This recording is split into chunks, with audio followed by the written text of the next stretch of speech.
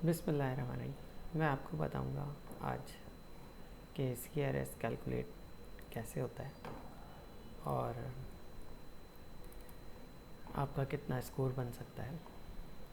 जो आजकल के कंसल्टेंट आपको बेवकूफ़ बनाते हैं कनाडा के लिए, तो CRS कैलकुलेटर हम सर्च करेंगे। क्लिक किया, पेज खुल गया। आप शादीशुदा हैं तो आप मैरिड लिखेंगे।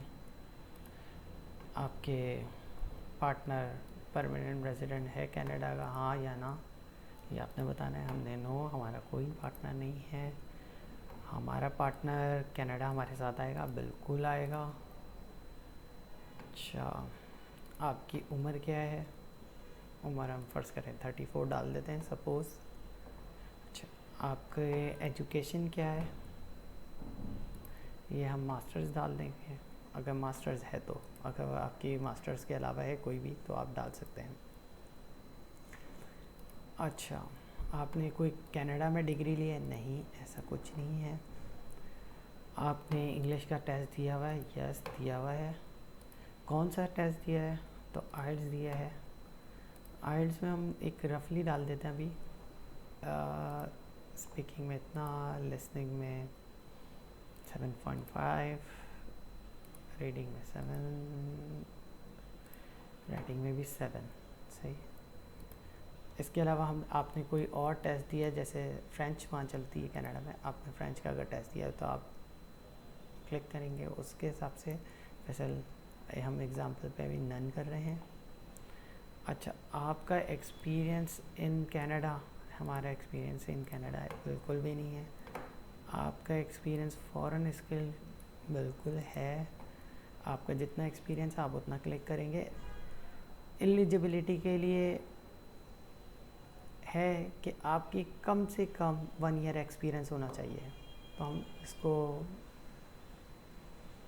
1 डाल लेते हैं या 3 डाल लेते हैं। अभी आगे अगर हम स्कोर को कैलकुलेट कर रहे हैं बेसिकली जर्नली। अच्छा, आपके पास कैनेडियन प्रोफेंस क्वालिफ़िकेशन? कैनेडियन क्वालिफ़िकेशन तो हमारे पास है ही नहीं है, नो कर दिया। हमारे पास कोई वैलिड जॉब ऑफ़र नहीं है। हमारे पास कोई नॉमिनेशन भी नहीं है।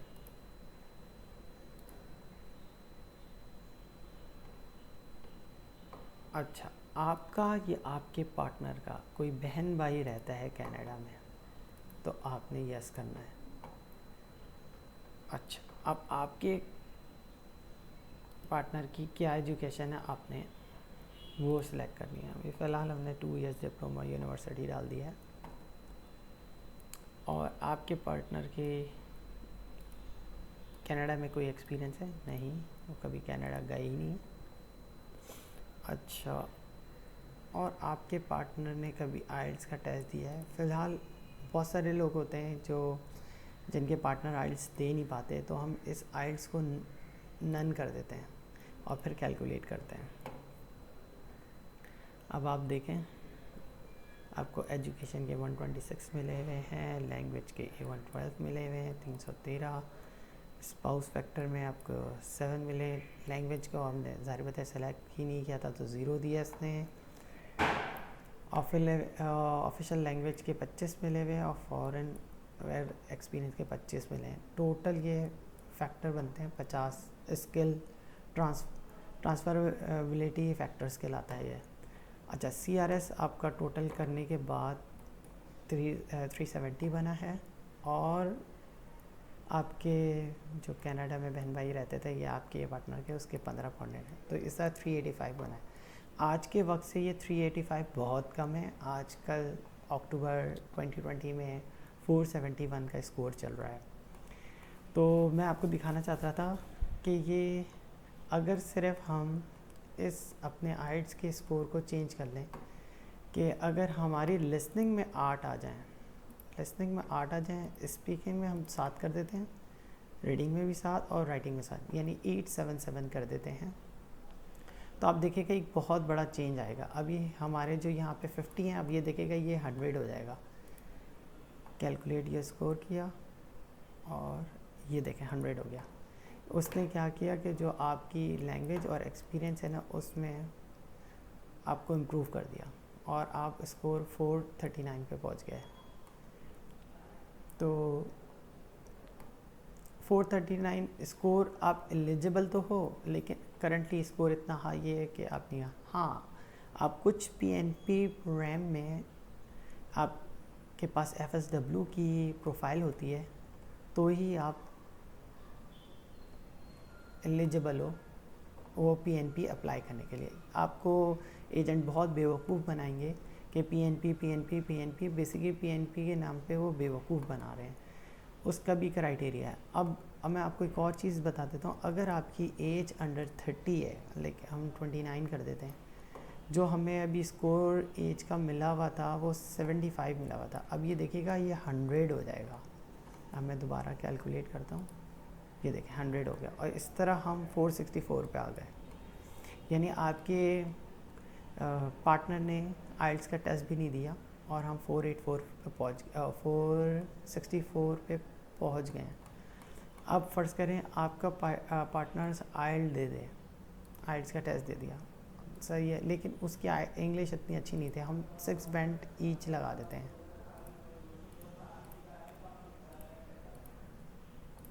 ये लगा दिया। अब हम कैलकुलेट करें तो हमें 476, आज के हिसाब से हम एलिजिबल हो गए। तो हम क्वालिफाई करते हैं। और फेडरल में, पीएनपी की बात नहीं कर रहा मैं, आप फेडरल में अब अगर पूरे कनाडा में आप कहीं भी रह सकते हैं और सिर्फ 6 पॉइंट ईच की वजह से आपको ये 12 पॉइंट आइल्स के मिल गए। तो इस तरह आप चेक कर सकते हैं। पीएनपी के लिए मैं अलहदा एक वीडियोस बनाऊंगा, फिर वो आप देखिएगा। और पीएनपी के नाम पे आप धोखा ना खाएं।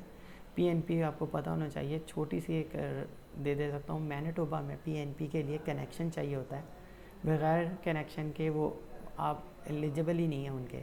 और इसी तरह आप एल्बर्टा है, एल्बर्टा में भी अभी बहन भाई के लिए है, लेकिन आउटलैंडर के लिए आजकल क्लोज़ है। वो कब खुलेगा किसी को नहीं पता। कोविड से के बाद वो क्लोज़ हुआ था मार्च में, उसके बाद आज तक वो नहीं खुला। और SINP बहुत लोग जा रहे हैं। SINP का चक्कर है कि कुछ नॉक है, वो नॉक आपको पता होने चाहिए कि वो एलिजिबल है, और प्लस आप मास्टर्स डिग्री है और आपके पास आइल्स का स्कोर CLB 8 हो, जिसे कैनेडियन लैंग्वेज बेंचमार्क कहते हैं। CLB 8 तक है या CLB 9 होता है 877 आइल्स का स्कोर। अगर वो है तो आप SINP पे जा सकते हैं, लेकिन आपके पास 10 साल का एक्सपीरियंस हो तो आपका स्कोर होगा 70 के करीब। तो आजकल स्कोर 69, 70, 71 चल रहा है। तो आज की बात में आपको इतना चाहिए होगा। थैंक यू, अल्लाह हाफिज़। होप आपको ये वीडियो अच्छी लगी होगी। दुआ में याद रखिएगा।